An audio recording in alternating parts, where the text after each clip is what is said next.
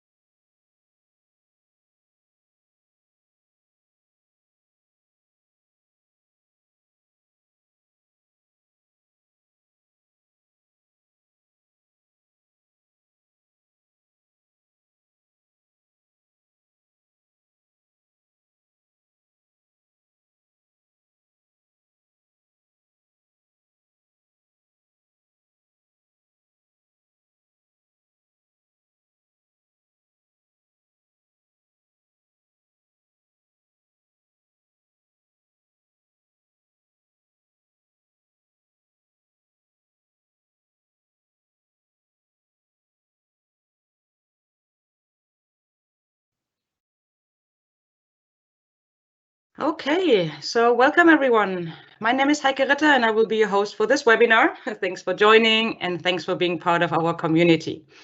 A few reminders before we start. All of these webinars will be recorded and shared publicly afterwards on our community at aka.ms/security-webinars. During the webinar, feel free to ask questions at any time by typing them in the live event Q&A window by clicking on Ask a Question. Questions you post might be made publicly available or visible, and if you prefer, you can post your question anonymously by checking the box right below where you enter it. As you can imagine, we often get many questions here and we are doing our best to respond to all of them in real time. If the answer was not provided, if you have additional questions afterwards, or if you are listening to this after the fact as a recording, please don't hesitate to ask your question on the Microsoft 365 Defender forum at aka.ms/m365dtc. We love to hear your feedback and how we can improve these webinars, so please do that at aka.ms/security-webinar-feedback. This is really important so we can deliver the content you need. If you haven't already, please join our security community at aka.ms/security-community. And that's always the best way to ensure you won't miss any future webinars or major announcements. And today, I'm absolutely thrilled to kick off our new series called Monthly Threat Insights, which will take place each month on the third Wednesday. And I'm handing over to you, Jorge, to explain us all what this is all about your team, and then, of course, dive into the threat. Thank you so much, Heike, and good morning, good afternoon, or good evening to everyone attending this webinar or watching later on the recording. I'll introduce myself in a minute. I want to first introduce this new webinar, as Heike mentioned. It's an attempt to share more of the knowledge and the research that we do on a daily basis. And we named this webinar the Monthly Threat Insights webinar, where we'll deep dive on one of the threats that we researched and published on the previous month. The idea is to examine the different facets of the threat, go into the background or the history, the behaviors that we have observed through the different incidents that we've handled or researched, talk about the detection details, kind of what can you expect as a Defender customer in terms of detections for this threat. We'll do a mapping of the attack techniques based on the MITREATT&CK Framework. And again, this could be specific to one or multiple attacks that we have seen. If you have followed our threat analytics reports, you'll know that sometimes there are multiple attack chains, and we'll do our best to capture them all in our reports. And more importantly, we'll also talk about how to improve the security posture against the threat that we are discussing through recommended mitigations or actions that you can take in your environment. And last but not least, we know that when it comes to attacks, there's great variety. Actors will use whatever is available to them. And so there's always a possibility that there is a unique attack chain for your environment. And so we like to surface hunting queries that may assist you in investigating this threat further on your own, because we may not have observed the attack that you are experiencing in your environment. And we believe that sharing the knowledge through hunting queries would allow you to perhaps encounter the attack chains that we may have not observed yet. I want to also take a moment to introduce the team that is providing this threat intelligence and that will be featuring in this webinar going forward. We are the Microsoft Defender Threat Intelligence team. We are a worldwide team. We have folks across the world, and we are focused on all kinds of threats and the entire attack chain of different threats. So when I say Microsoft Defender, I truly mean Microsoft Defender for Office, Microsoft Defender 365, Microsoft Defender for Endpoint, Microsoft Defender for Identity, etc. And so we really track that threat from email and endpoint to the cloud. And as you probably know, there's attack chains that span across all of those different aspects. Our goal is to understand the threat landscape and what attackers are doing and where they might go next, to help ensure the Defender suite is effective against these threats, both current and future, as well as sharing that knowledge and that research and that understanding of the threat landscape with our users and the community so that we are better able to respond and prevent these threats. We are on Twitter. You can see our Twitter handle there. Highly recommend you follow us there. We are more than ever trying to share timely threat intelligence through our Twitter account. And we also have a blog. We're not the only ones that contribute to that blog, but any kind of deeper research we will publish on this blog. So I also recommend you follow us there. So that's a little bit about the team and where you can find us. A little bit about me. I lead the TI analyst team for Microsoft Defender. I have been at Microsoft for about 15 years, mostly in security roles, a lot of security response early on the Windows side, later in the Microsoft Security Response Center. And I also spent some time in the Latin America headquarters for Microsoft, supporting the national security and public safety customers in the region. I've been in this team for well over a year now, about 15 months. I am a COVID hire, it's what we say around here. So I joined the team after we were already in lockdown. It's been quite a journey, super happy to be here. We have a great team and we're also hiring. So if you're joining or listening to this webinar from Latin America, bon dia and buenos dias. We have 3 open roles, 2 that are posted, 1 that's coming. So if you're interested in threat intelligence, interested in protecting customers, we have openings in our team in the region. We'd love to have you apply. So with that, let's dive into this month's threat. And again, this is the first monthly webinar that we will do. I will add to Heike's earlier request. Please submit feedback when we're done with this webinar. We are committed to doing these webinars through the end of the year. And we would love to hear if this is valuable, if you find it interesting. We would love to continue doing them, but we really would like the feedback on the value and what you would like to see, including if there's specific content or specific topics you would like us to cover. Feel free to put that in the survey. I also want to acknowledge that this topic of ransomware is chosen because it's both very, very relevant as well as very impactful, but it's also a big topic. So it's never the work of one person when we do a research and a report of this nature. And so I'm privileged to be the one that's talking about this today, but I want to acknowledge that a lot of people's work went into this particular research, and it was all led by Justin Carroll in my team and one of our analysts. And so I want to acknowledge both his work as well as the work of everybody else in the team that made this possible. And we are talking about ransomware because as I'm sure you know, you cannot go 1 week without possibly reading a major headline related to ransomware. In our case, we have been tracking a steady increase of ransomware over the last year and frankly over a number of years now. And the reasons are easy to understand. there is considerable financial incentive to actors that are pursuing ransomware. The ransoms are now in the millions of dollars. Those are fairly common, and the average is well over hundreds of thousands of dollars. And that's a big leap from the initial stages of ransomware, which were more consumer-based ransomware incidents. The other reason beyond the financial incentive is, so far there has been very few legal ramifications if these actors get caught. Now that's probably going to change in the future. We have seen a lot of governments make very public statements as well as take very decisive actions recently, and that might already be showing some results. DarkSide recently announced that they were shutting down. Abaddon did the same and released encryption keys. So those are positive signs, but we'll see where this leads over the next few months and years. But certainly up to now, there's been very few legal ramifications.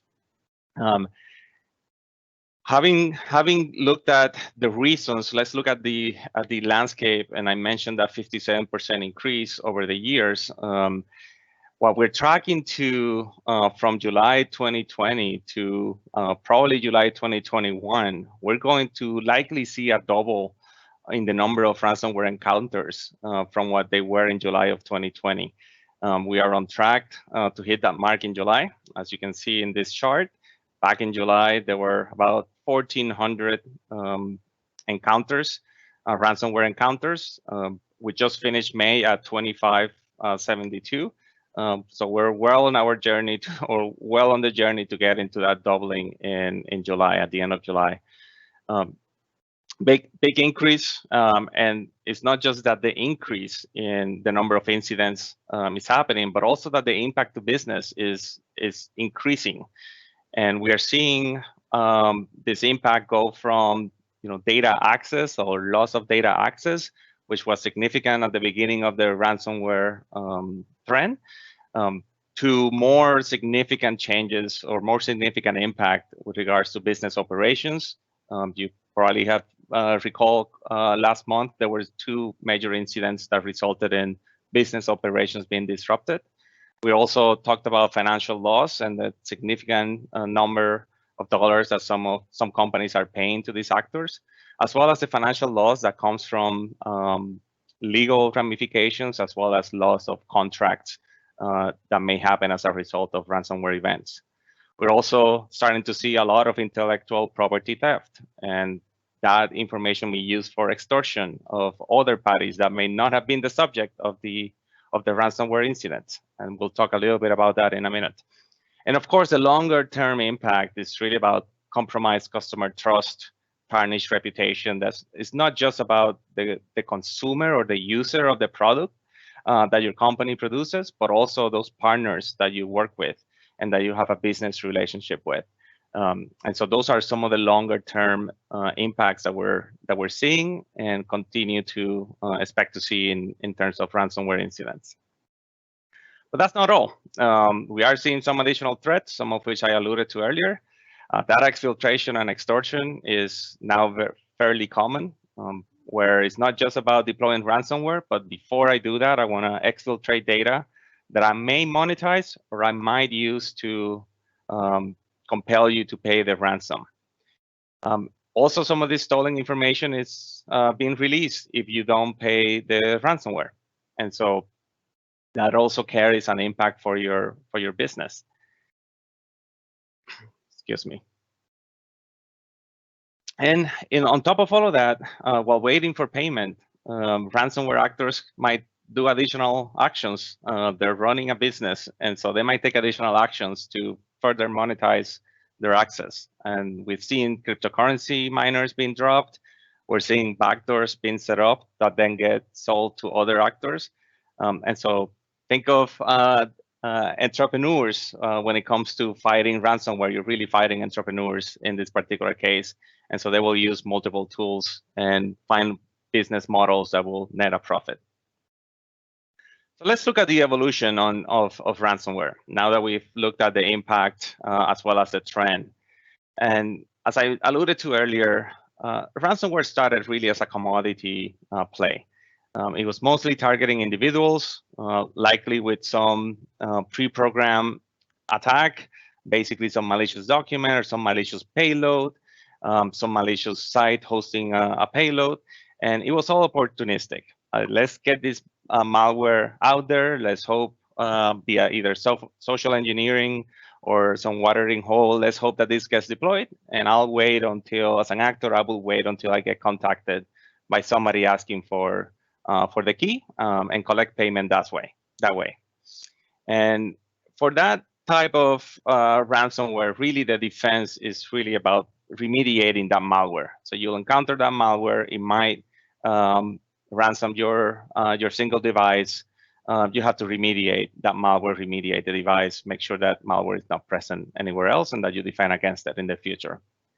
But the evolution has moved from that commodity ransomware to human-operated ransomware, which we started talking about 2 years ago. And this is really more moving from targeting individuals to targeting an entire company. And it's driven by determined human intelligence, not the best effort approaches of hoping this malware gets deployed, but actually it's an adversarial approach based on human intelligence to attack a particular company or a particular network. We have observed multiple times where data encryption and exfiltration is extremely calculated.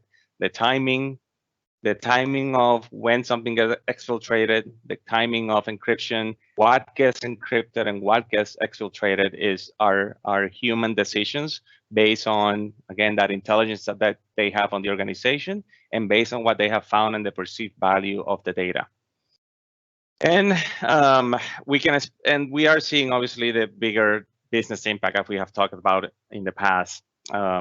And really the defense here is an adversary eviction. This is not any different than an adversary attacking your network for other reasons, espionage, etc. You have to treat these human-operated ransomware incidents as an adversary event. And really the defense or the response is really about evicting this actor or actors from your network. So if they're in the network, let's talk about what the entry points are. And when it comes to commodity ransomware, as I mentioned earlier, it's mostly a social engineering play and leveraging of vulnerabilities. It's packaging some malware that will end on ransom files delivered through either email, web watering hole attack, or leveraging some vulnerabilities via documents, more than likely. On the human-operated side, there are as many entry points as you can think of. We have probably seen them, but the most common ones are via email, whether that is a phishing lure or whether that is a malicious document that is being delivered via email. Examples there, TrickBot and BasaLoader are two perfect examples of email delivery that leads to ransomware. We're also seeing a lot of illegal software or cracked copies of legitimate software carrying payloads that allow attackers to enter the network and then eventually get to ransomware. RDP brute force is another one that we've talked about many times in the past, and we continue to see that exploitation. And last but not least, vulnerabilities, especially for internet-facing systems. There's been a big number of vulnerabilities of this type, whether it's network devices, VPN devices, etc. And those have been leveraged significantly by human-operated ransomware. So let's turn into from the impact to the known entry points. Let's turn into ways that we classify ransomware beyond commodity and human-operated. And the first of those classifications is the automated ransomware, where distribution is basically humanless. It's very little or no human interaction. And when you're facing automated ransomware, the best defenses there are usually patching vulnerabilities or implementing email rules that prevent downloading and executing malicious files from email. And that is, again, because you're looking at an adversary that has created some malware and is trying to get that malware out into your network. And those are usually leveraging, again, social engineering or vulnerabilities. An example of that automated ransomware that probably everybody attending or listening to this podcast is familiar with is Petya or NotPetya. which included worming capabilities to infect laterally. So once there was an entry point into the enterprise, vulnerabilities allowed it to spread automatically and eventually lead to ransom. Again, best defense, patching of vulnerabilities in this particular case. We move from automated ransomware to human-operated ransomware. Very different change and very different set of mitigations and defense that you have to think about. First, you have to think that these are attackers that can access environments in many different ways. And so, as I mentioned earlier and showed in the graph, they're going to use a plethora of methods to enter your network. And once they are on your network, they'll be hands-on keyboard and use a variety of techniques to move laterally, escalate privileges, and eventually deploy ransomware, likely after they have exfiltrated data. They seek to remove or disable your security protections. These actors have become really good at understanding security products and weaknesses within security products, and weaknesses in configurations of security products. And so we have observed that they seem to have an extensive playbook where if they encounter security product A, they perform a series of actions to see how they can disable it or otherwise misconfigure it so that they can go undetected or they can deploy their ransomware. If they have a different security product, they may attempt different techniques to disable or otherwise tamper with that security product. So again, you have to think that these attackers, when they're hands on keyboard, they will use whatever is at their disposal. And they, just like us, trying to learn new techniques to defend or to detect, they're also continuously learning and finding new ways of attacking and improving their success rate in your network. When we see at what tools they're using in their tool set, there's a few that stand out. Again, there's no finite number here. They use a variety of tools and a variety of techniques, but there's certainly some that are more prevalent than others. And so when it comes to trying to help you think about your security posture and where to focus some resources, here are 6 that we have identified that are fairly common in ransomware incidents. First one is RDP, and I talked about that as an entry point, but also for lateral movement and ransomware distribution, we have documented instances of RDP. Same with PSXSec, legitimate tool, misuse by actors. So we have a whole threat analytics report on living off the land binaries. Highly recommend you review that one for PSXSec and as well as others. Cobalt Strike is another one that we see very, very common in ransomware incidents, being used heavily by multiple actors for command and control, for lateral movement, even for persistence. So one that I highly recommend you think about how you detect and how you respond when you encounter Cobalt Strike and Cobalt Strike beacons. Malware or open source, again, they will use a variety of commodity malware as well as their own developed malware. So having a good, robust strategy against malware is important here. And we'll talk a little bit about malware a little bit later on in this webinar. Service registration and mimikatz, again, well-known techniques, well-known software. These are common in ransomware incidents. They're common because they continue to work. So highly recommend, again, you include that in your security posture reviews, as well as in your security defense or security response games. Make sure that you have a robust strategy for responding to incidents with these tools and these techniques. Now, when it comes to examples of human-operated ransomware, there's a few that I want to go through, names that you have probably heard about before. But I think they're worth highlighting again. And we have very detailed reports on each one of these in the threat analytics portal in our threat library. The first one is Ryuk, which evolved from previously delivered malware implants, very commonly TrickBot, especially last year. We saw a lot of Ryuk coming via TrickBot. In a typical infection, you will see Cobalt Strike or PowerShell Empire to commonly use tools specifically for this particular actor. And then you'll start seeing the lateral movement inside the network. There's a bunch of techniques that they use, again, whatever is at their disposal. When we go into talking about mitigations, you will see that a lot of the mitigations that we're recommending specifically address all of these techniques that Ryuk is known for using, including things like PSXEC, PowerShell remoting, and Microsoft Endpoint Configuration Management usage. Another actor is Revo, being in the news recently due to a compromise that involved a well-known technology company. But they really gained fame through obtaining access to managed service providers and then selling that access to other actors. We'll talk in a little bit about actors working together, but this is an example of an actor that is known to sell access that they have obtained.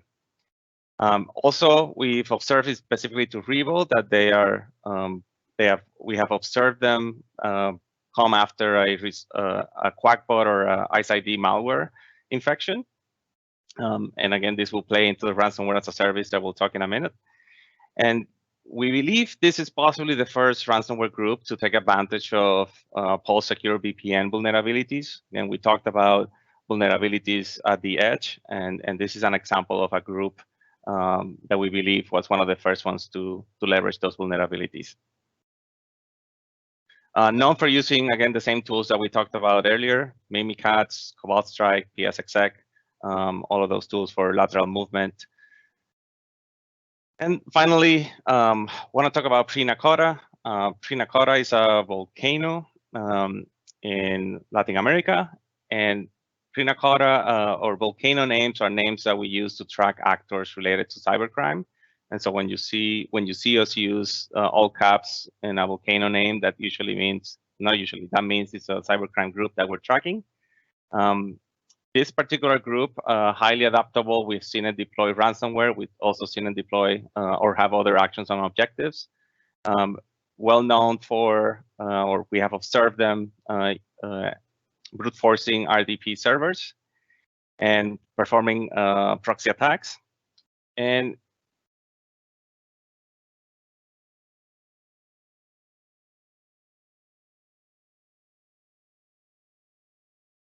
excuse me. And we have also seen them hit multiple targets, hit targets multiple times. And so this is an actor that has infected a network, perform actions, and then they come back to attack that same network. We have talked about actors being entrepreneurial, and so there is plenty of evidence where even if you pay ransom, they will be back. And so something to consider as you make decisions on whether to pay ransom or not. So we have looked at commodity and human operated and automated versus human operated. Let's switch to the ransomware as a service model that I alluded to earlier when it comes to actors working together. And this is seen now in multiple incidents that we have talked about through our threat library. And I will say that the motivations here are a way of maximizing profit and also speed of results, and will be best illustrated by this chart. On the one hand, you may have what we call an access broker, and their role and their expertise is about compromising networks and persisting on those systems. And they'll use a variety of techniques: exploits, RDP, access, compromised credentials, botnets, phishing, etc. But their focus and their expertise is about compromising networks, and they have a tool set for doing that. And then you have a RAS operator, or ransomware as a service operator, which develops and maintains tools. And they develop the ransomware. They may maintain a leak site so that data that's exfiltrated can be posted, again, to force other parties to think twice about not paying. They do payment processing, and very importantly, they handle victim messaging and customer support, quote unquote. And then Third, you have this ransomware affiliate, which you can think of it as the actual operator, the one that will move laterally and actually deploy the ransomware payload. And so when you think about this economy, you may have two, one, or all three of these in a particular operation. And that's because the ransomware affiliate may just simply be interested in moving laterally and deploying a ransomware and have no expertise or no desire to develop ransomware and everything that goes with that. And so they may compromise networks, work with a RAS operator to deploy that ransomware and go from there. Or you might see all three working in conjunction. And the way the ransomware affiliate comes into play might be a direct payment or it might be an auction. We have seen both of those happen, where the RAS operator, once they have access to a network, they'll either auction that access or sell it directly to an affiliate. And of course, there's an economy behind all of this, where there's typically a monthly fee that the operators are charging to their affiliates, so that there is some profit sharing in these incidents. This profit sharing model, we think, is partly explaining the increase in ransom payments. As we saw earlier, now it's common to see millions of dollars in ransomware payments, and we think some of that is that profit sharing model, where you may have multiple actors that want a piece of that pie. And in the recent example with DarkSide, operators take a 25% cut of their ransom for amounts below 500,000, and if it's over $5 million, then they go down to a 10% cut. So it's a business model, and you see those transactions happening. Now, as I alluded to earlier, there isn't just the ransomware deployment and go pay. There's also high pressure tactics that will be used against a victim of ransomware. Data theft and extortion, as I mentioned earlier, this is both a way of persuading the company to pay the ransom. This is also a message for future victims that if you don't pay, this is what will happen. We will extract your data and make it public. But this is also a way of perhaps expanding the number of companies that they could go extort money from. And so if the data is sensitive, not just for the company that they compromise and they steal that data from, but it's also sensitive for a partner or a vendor or a customer, they might go try to get a payment from those other companies as well. Cryptocurrency, I alluded to earlier. We're seeing actors drop cryptocurrency mining to get some additional or earn some additional money while you're deciding whether to pay for the ransom or not. Obviously, this comes as a hit to your company's resources, as this crypto mining software tends to be expensive to run. And they will, as I said earlier, they will come back if you left these things unaddressed. We have also observed, and there's been some public reports of actors selling kind of pen testing type of services, meaning we will tell you how we got in, but that will require additional payment.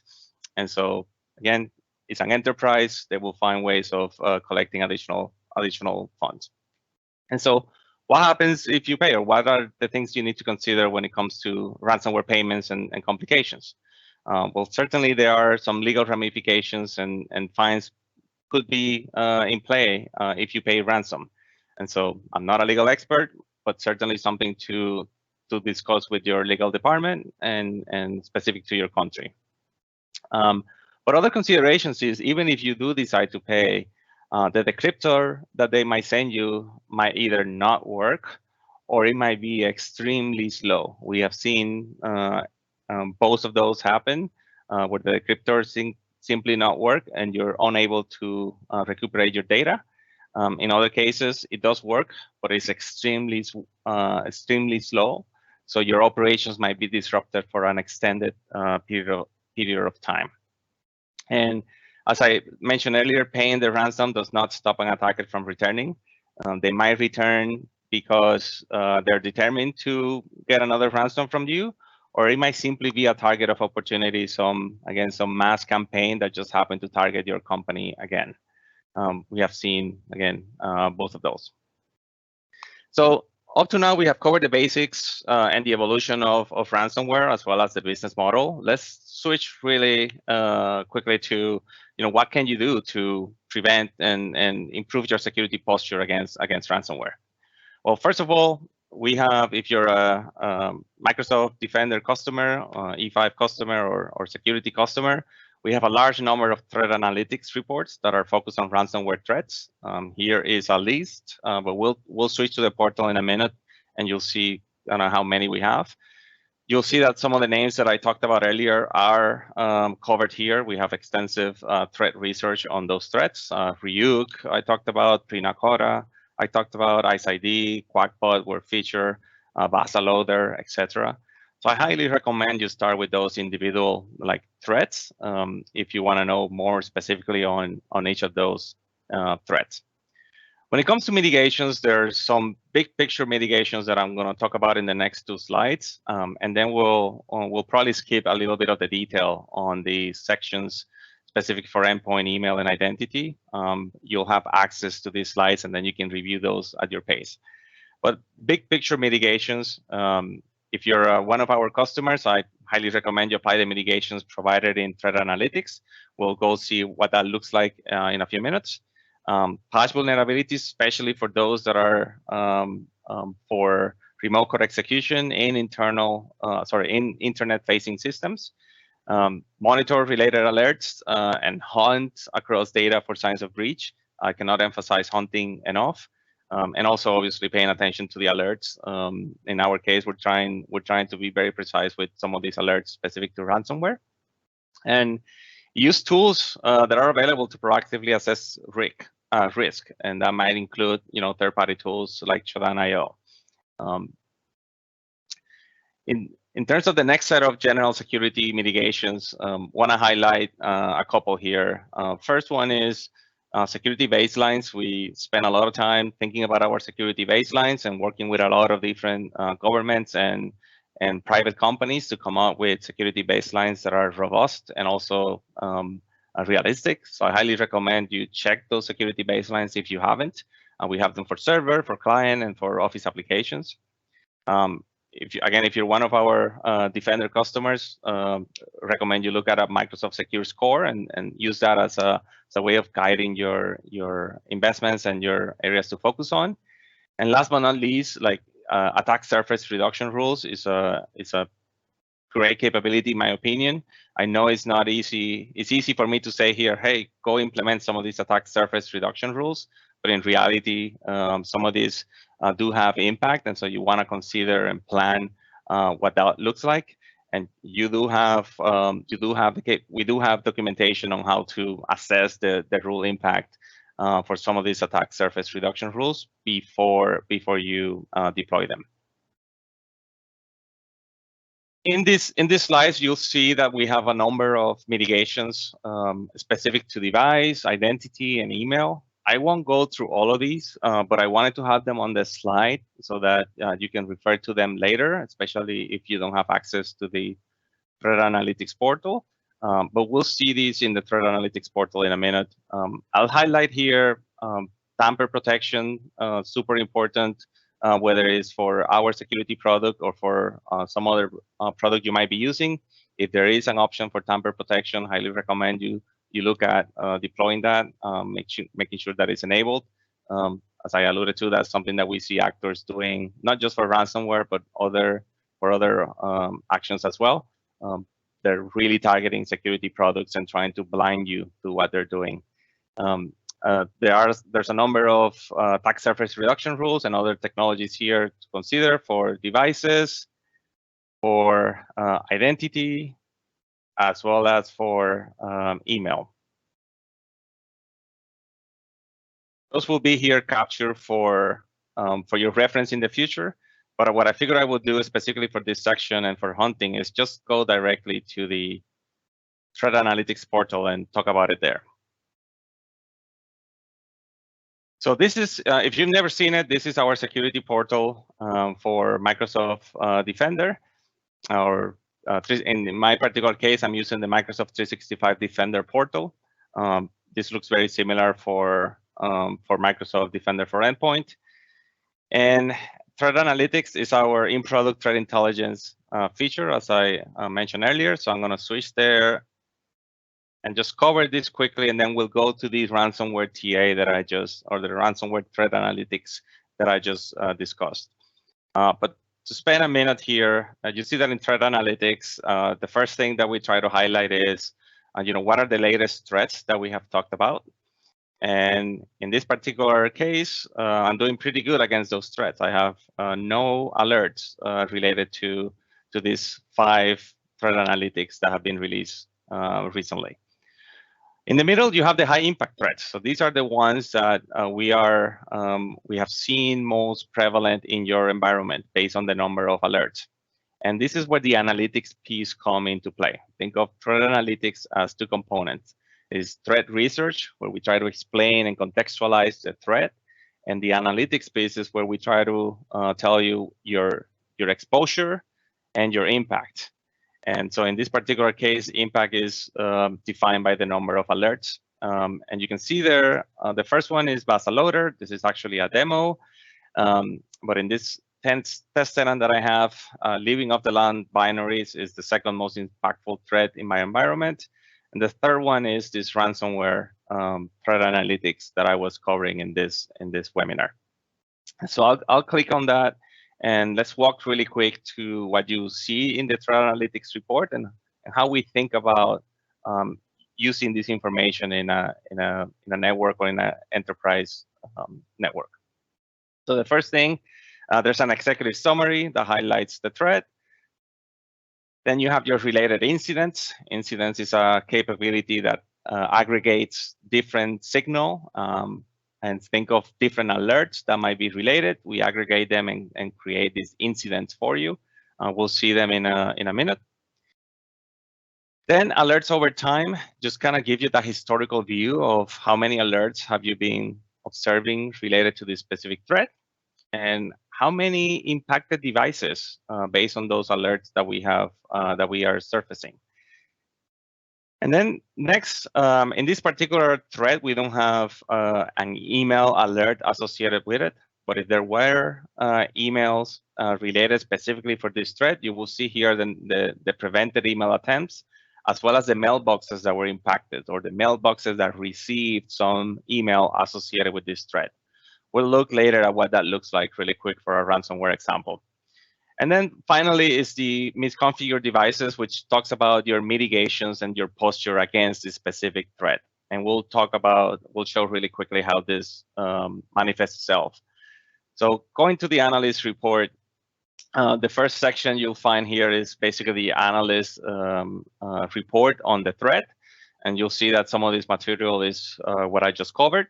But if it's a named threat, you can expect to see, again, the background on that specific threat, say Quackbot, as well as what happens in a typical Quackbot incident. And again, I'll go through one really quickly after showing this.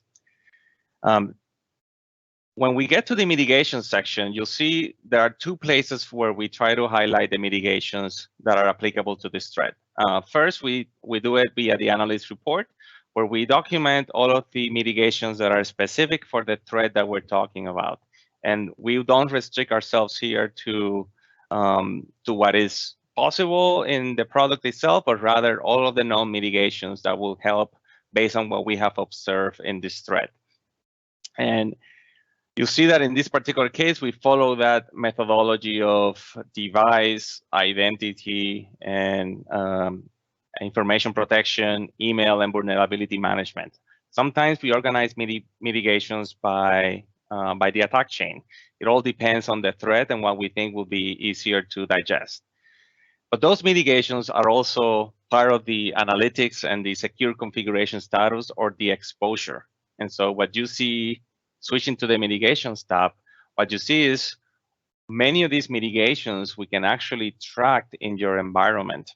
And so in the mitigations tab, we highlight all of those mitigations that are related to the threat, as well as what is the number of exposed devices, meaning what are the number of devices that do not have this security control or this mitigation enabled. And so you can see here that when it comes to disabling autoplay for all drives, which is a recommendation for this particular threat, we have over 4,000 devices that don't have autoplay disabled for all drives. While when it comes to the network and setting remote desktop security level to TLS, only 3 of them don't have that that setting. And so you can click on this, and it will take you to the devices, and you'll be able to explore and take actions directly from the product. But this shows you the number of misconfigured devices, and the high number here, 4,370, should match the highest number of devices to any one of these mitigations. Going back to the analyst report, after mitigations, you will find the hunting aspect, and we talk about how important it is to be able to hunt for data and to hunt for this activity. And the reason being that, again, actors will use whatever is at their disposal. And so as we research and evaluate incidents that we have observed specific to this threat, and we evaluate the malware and the different components and how it's being used, we might not see a particular attack chain that you will experience in your environment, because your environment might be completely different. And so we believe it's important for us to share hunting queries so you can go investigate and hunt for this in your environment. And so in this threat analytics reports, we include a number of queries that are specific for the threat. And so in this particular one, the first one here, we're looking at ransomware activity that might be tied to Cobalt Strike. We talked about Cobalt Strike being a tool that's one of the 6 most heavily used by ransomware actors. Here's a query for you to find ransomware-related Cobalt Strike activity in your network. Again, maybe the other components of the attack chain will look different, and thus might not be exactly what we have observed, but perhaps the Cobalt Strike is consistent and you'll be able to find it via Cobalt Strike. Maybe it won't be Cobalt Strike. Maybe it will be deletion of backups. Again, a signal that we typically see with ransomware incidents. And so perhaps you want to go see alerts that are related to file backups being deleted. And maybe that is the key to finding an incident before it actually turns into ransomware. And so this is another query for finding that. And I won't continue going through all of the queries, but I will also highlight that you can click directly in the link, and then we'll run that query for you in your environment. And I'll use this one as an example. I click on the run query, and it ran the query, and you can see that it already gave me simply looking for alerts where the title is file backups were deleted. And you can see that it gave me a number of results for this particular search. Let me move this right. And of course, I can modify this as I would like. In this particular case, I'm going to move it to 7 days instead of 30 days. And the query will modify to specifically 7 days. Other alerts are available in every report. Some of them will, in this, I'm going to scroll down really quick and look at emails. So you'll see that in some cases, ransomware is delivered, obviously, or the entry point is email. So you'll see us that we also have some email delivery queries for you to find emails that may have not been surfaced to you or that might be related to this threat. And you can also do email investigations. We talked about Lasang as a tool use. We have queries for that.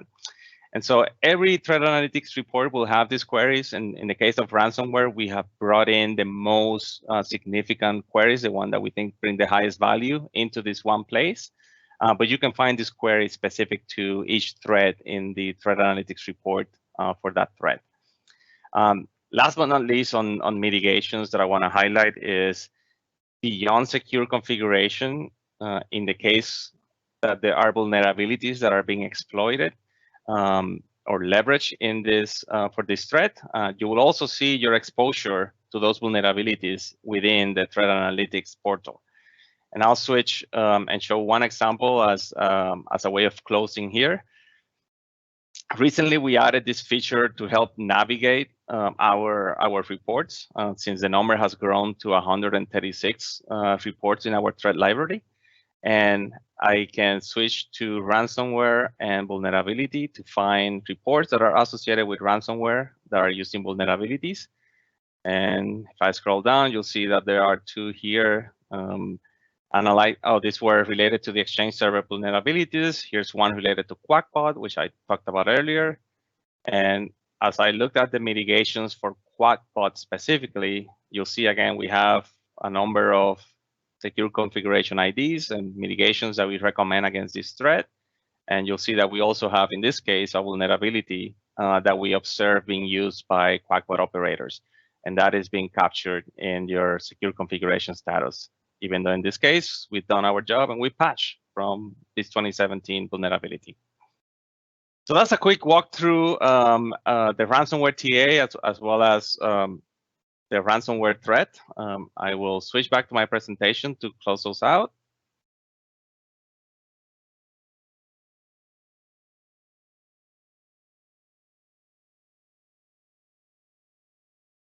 You will have, if you don't have access to the threat analytics portal, you will have access to these slides that have all of the recommendations, all the mitigation recommendations that we have for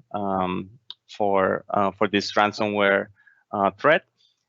We also talk about the different detections that are related to ransomware. Some that are specifically connected to the ransomware threat analytics, which is what triggers those alerts that we saw earlier, but also other alerts that could be related to ransomware threats.